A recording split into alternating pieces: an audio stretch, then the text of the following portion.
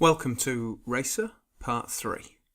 This is the final part of the short story of Resa, and it deals with the final 3 months of her life before she's forced to go over. I hope you enjoy it. 3 months. I suppose it feels like I don't know where I am, or at least where I'm going. Resa stared at the speaker. It was a woman, Akla. Her skin was dark, and Resa thought it was even darker around her eyes. She was just a week away from going over. This was Resa's first counselling session in her final quarter. It was the same format but halved. 4 women, 4 men, and, she supposed, the turnover would be twice as fast. The faces were older in this group. The eyes were never still. For a people who couldn't ever feel anxious or sad or scared, there were a lot of nerves. Resa could see it in their eyes, at least those who would meet her eyes. Is this why we need to be so obedient? So that when fear finally comes, we will ignore it or cover it up like a scar or an embarrassing spot. We're an embarrassment. She blurted it out, and now looked around the circle of eyes watching her. Had she really said it out loud? What do you mean, Resa? Said Alan. His surname was Hong, and he was half Chinese. His mother had been German and his father from the East. Resa had no idea why he had shared that information.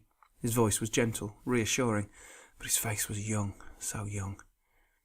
I didn't mean it. I'm sorry, said Resa, shifting awkwardly on her plastic chair. I didn't mean anything by it. You must have meant something, said Alan. And when Resa didn't answer, he continued, It's okay to have those kinds of thoughts, Resa. We all have darker thoughts. We all have fears. He looked around the group and encouraged them to nod. Some did. I see so many of you go through this group, and it's only natural that you have questions, and that you try to answer those questions for yourself. But that's why we're here, to help you to find the kind of answers that will let you go over peacefully. Resa looked at him. He smiled. It was genuine. You said you, said Resa. Alan smiled again. I may have done. You did. You said you, when you were talking about all of us, said Resa. Does it matter? He returned. No, said Resa, automatically. Alan looked around the rest of the group and received shakes of the head from most. The woman who had said she didn't know where she was said, Are you... And then she stopped. Am I what? Said Alan, smiling encouragingly. Resa knew the question. Are you hollow? It doesn't matter, the woman said quietly. No one would ever ask. Resa was surprised she had got as far as she did. I know what you mean, Resa said to the woman, covering for her. I feel like I'm lost, like I don't know where I'm going, just like you said. Nods around the group. Alan nodded encouragingly. None of us know, Resa finished quietly. That's not quite true, Resa, said Alan. There was a small hint of admonishment in his voice, just enough to make Resa correct herself. Yes, we know, she said, but what I mean is, we don't know what it's going to be like. We're so used to this place, so used to how everything is. When we go over, we'll have to get used to a new way of doing things, a whole new world. The group nodded. Some even smiled gratefully at her. A silence fell and then lengthened, threatening to swallow the group. Alan opened his mouth to stop the threat, but Resa, her focus on the walls and ceilings, cut in. She didn't notice that she had done it and didn't notice that he sat back with a smile. There's no counter in here, said Resa, as she continued to scan the walls and ceiling. We don't need counters in here, said Alan. We make sure there are as few distractions as possible. I've never seen the sea, said one man. He blurted it out. The others looked to him, Alan with a smile. I've never been out of this town, never needed to.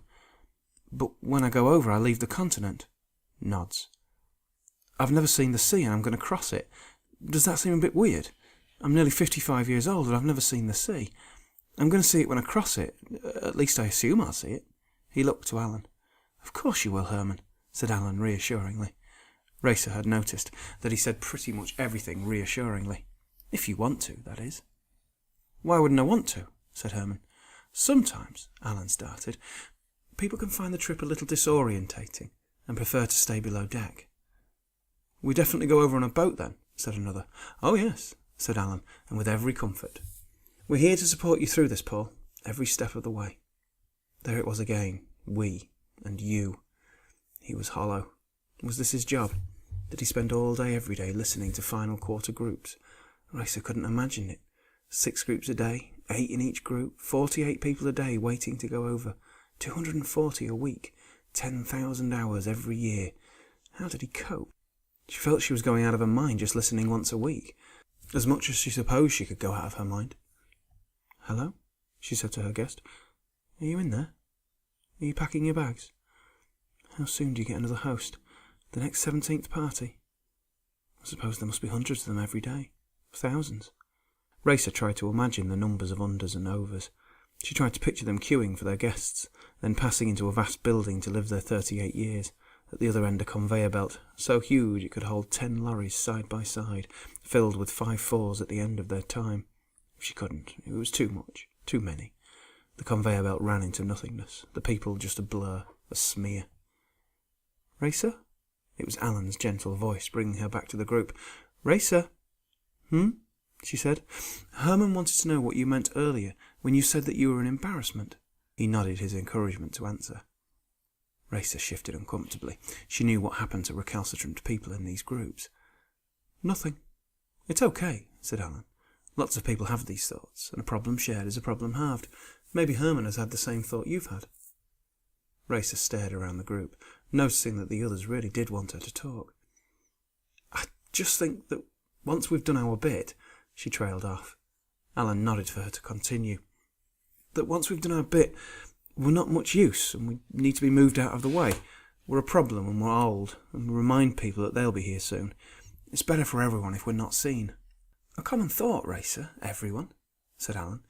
It's okay to have that thought. That's what these sessions are for, to help you to come to terms with these feelings. Herman spoke up. What use are we? When we go over, I mean. As much use as you are now, Alan replied. How? We won't be hosts any more. What use are we if we're empty? You are useful to the balance for your entire life, Herman, Alan replied. You know that, don't you? He nodded kindly at the man. Resa was repulsed by that nod. Herman was cowed by it. He nodded weakly in response. I think Herman's right, said Resa. What is the point? What do we do? We can't all do whatever we want to maintain the balance. She waved her fingers in the air, marking out the quotation. You will all have opportunities, said Alan. Doesn't sound very balanced, said Akla. Alan turned to her, smiling encouragingly. This is your last session, Akla, and you still haven't told us what you want to do when you go over. Resa started at that phrase, sensed at her feet, sensed her discomfort, and looked up at her. Resa could see that Akla had almost snapped at Alan. She wanted to throw the words back at him, to shout at him that they weren't a bit lost. They were dying. We are dying, Resa added silently. There, she had let the word into her head. Without ever allowing herself to properly recognise the thoughts, she had been thinking about dying for months. Sense nuzzled her hand. She looked down at the dog, shocked.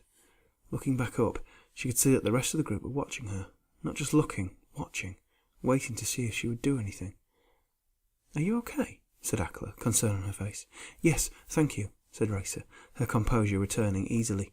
She smiled at Akla and then at Alan. Alexia giggled as Sense nuzzled at her face. Do you have to take Sense with you, Grandma? Said the girl between her snorts of laughter. Yes, said Resa, smiling. She's going to help me. She could help me. We could live together, and I wouldn't need anyone else. Why don't you want anyone else? Because they're not bothered about me. Not that again, Alex. Resa smiled patiently at the girl. Of course they are. Your parents and brother love you very much. Alexia looked up at her grandma, and then lay her head back down onto Sense's neck. Can my mum love? She mumbled the question into Sense's golden fur. What do you mean? She had to have me and Gunter. If she'd had a choice, I think she wouldn't have had kids. She doesn't like them. Of course she does. She didn't. Resa knew it, just like she hadn't loved her own children. Parents are the luckiest people in the world because they get to do their duty to the balance and they get to have beautiful children who they love and care for. Alexia screwed up her face at that. I'm getting the licence. Yes, you've said, but you might change your mind. Being a parent is wonderful, Alex, I promise you.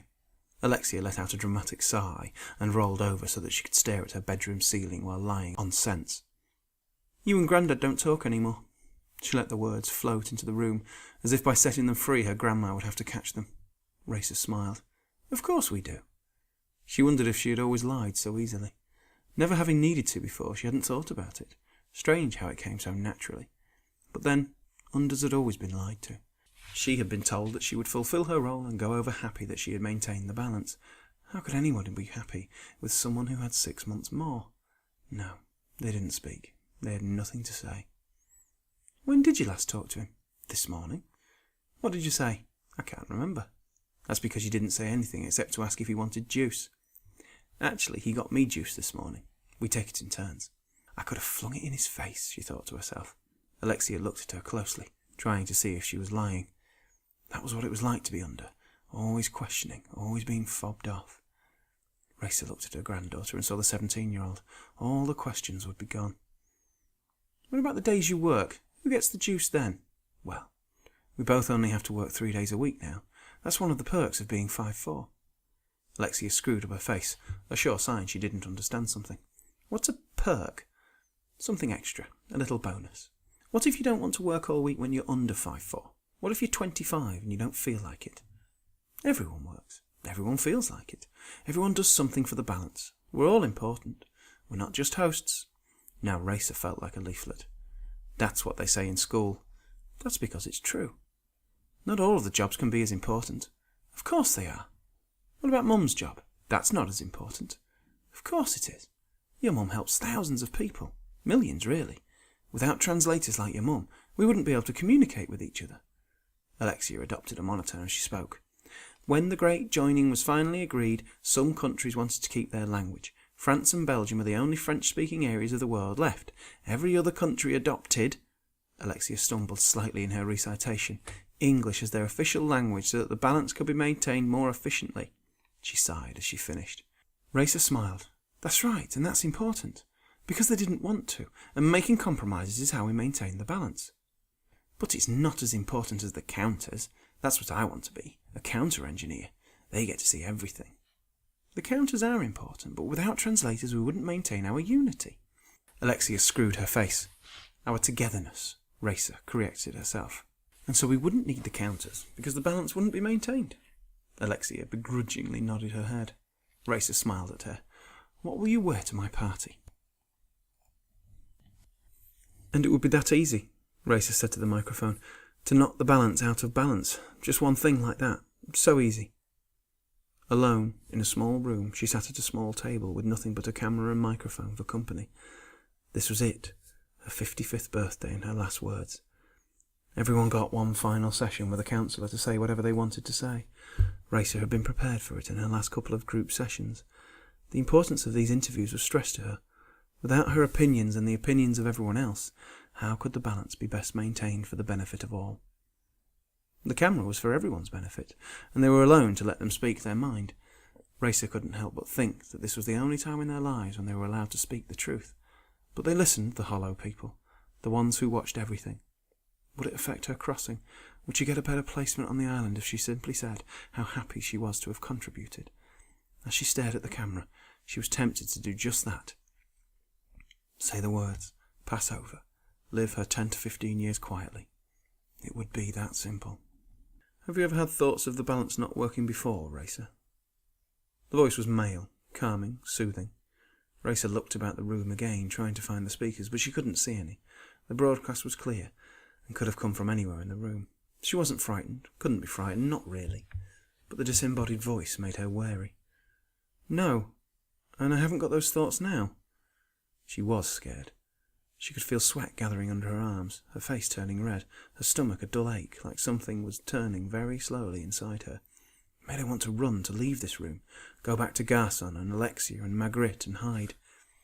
She should have run. Magritte's husband was never found. Maybe he got away. Maybe he's living out his last years with his guest. She felt guilt at the thought and silently cursed herself.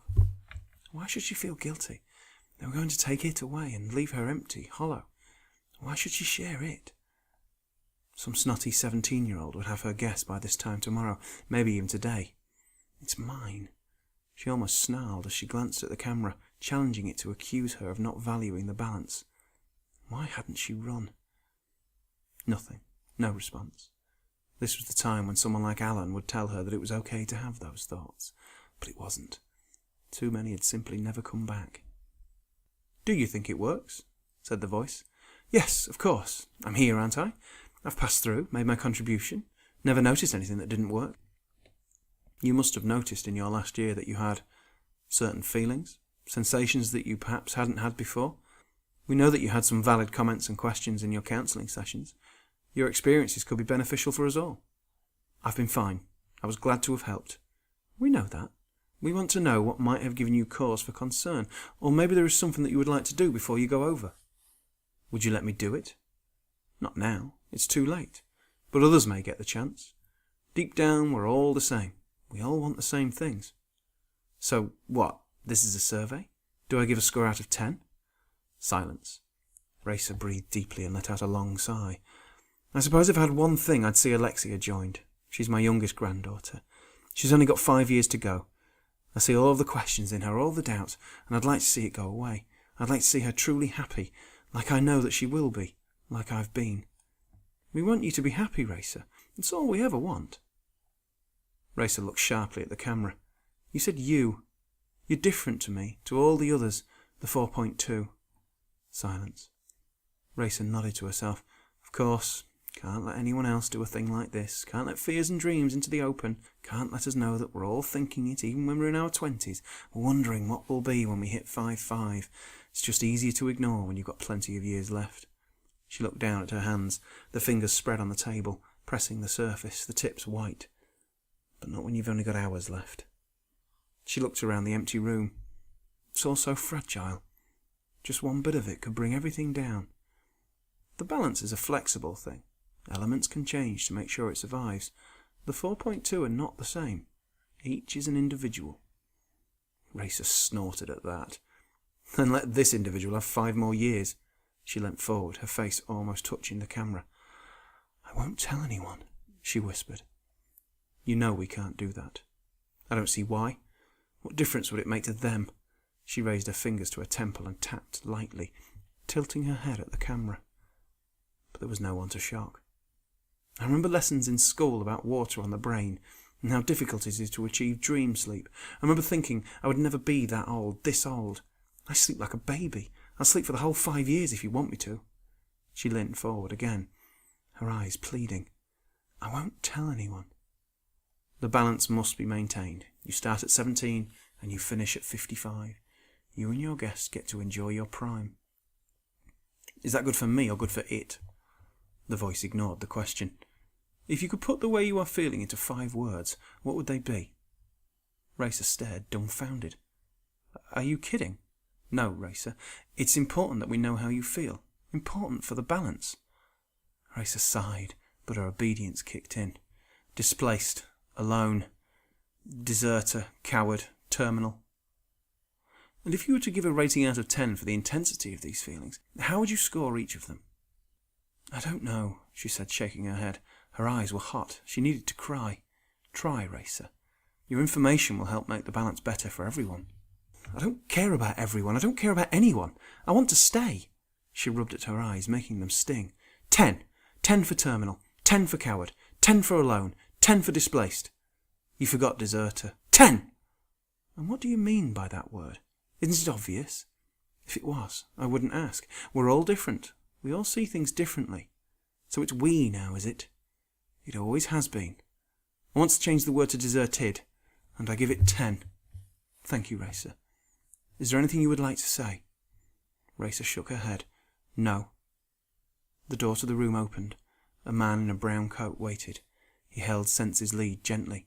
The dog looked to her mistress, her round brown eyes as trusting as ever. Well, that's it. Thank you very much for listening to Resa's journey through her final year. If you've enjoyed the story and the world in which it was set, go search for The Balance or click the link in the comments below to read a full-length novel about Resa's world. I'm going to give you the blurb now. If you had it all, what wouldn't you do to keep it? Harry and Laura have both lost everything and they owe the lives of their families to The Balance. They need to decide whether to replace partners and children or get the license. But after being offered a different choice, they are shown some of the secrets of their world, and they don't like it. But is there anything they can do? And would they want to change the world, even if they could? I hope you enjoyed the Resa, and I sincerely hope that you enjoy The Balance. Resa does get a cameo appearance in the novel as well. Thanks again for listening.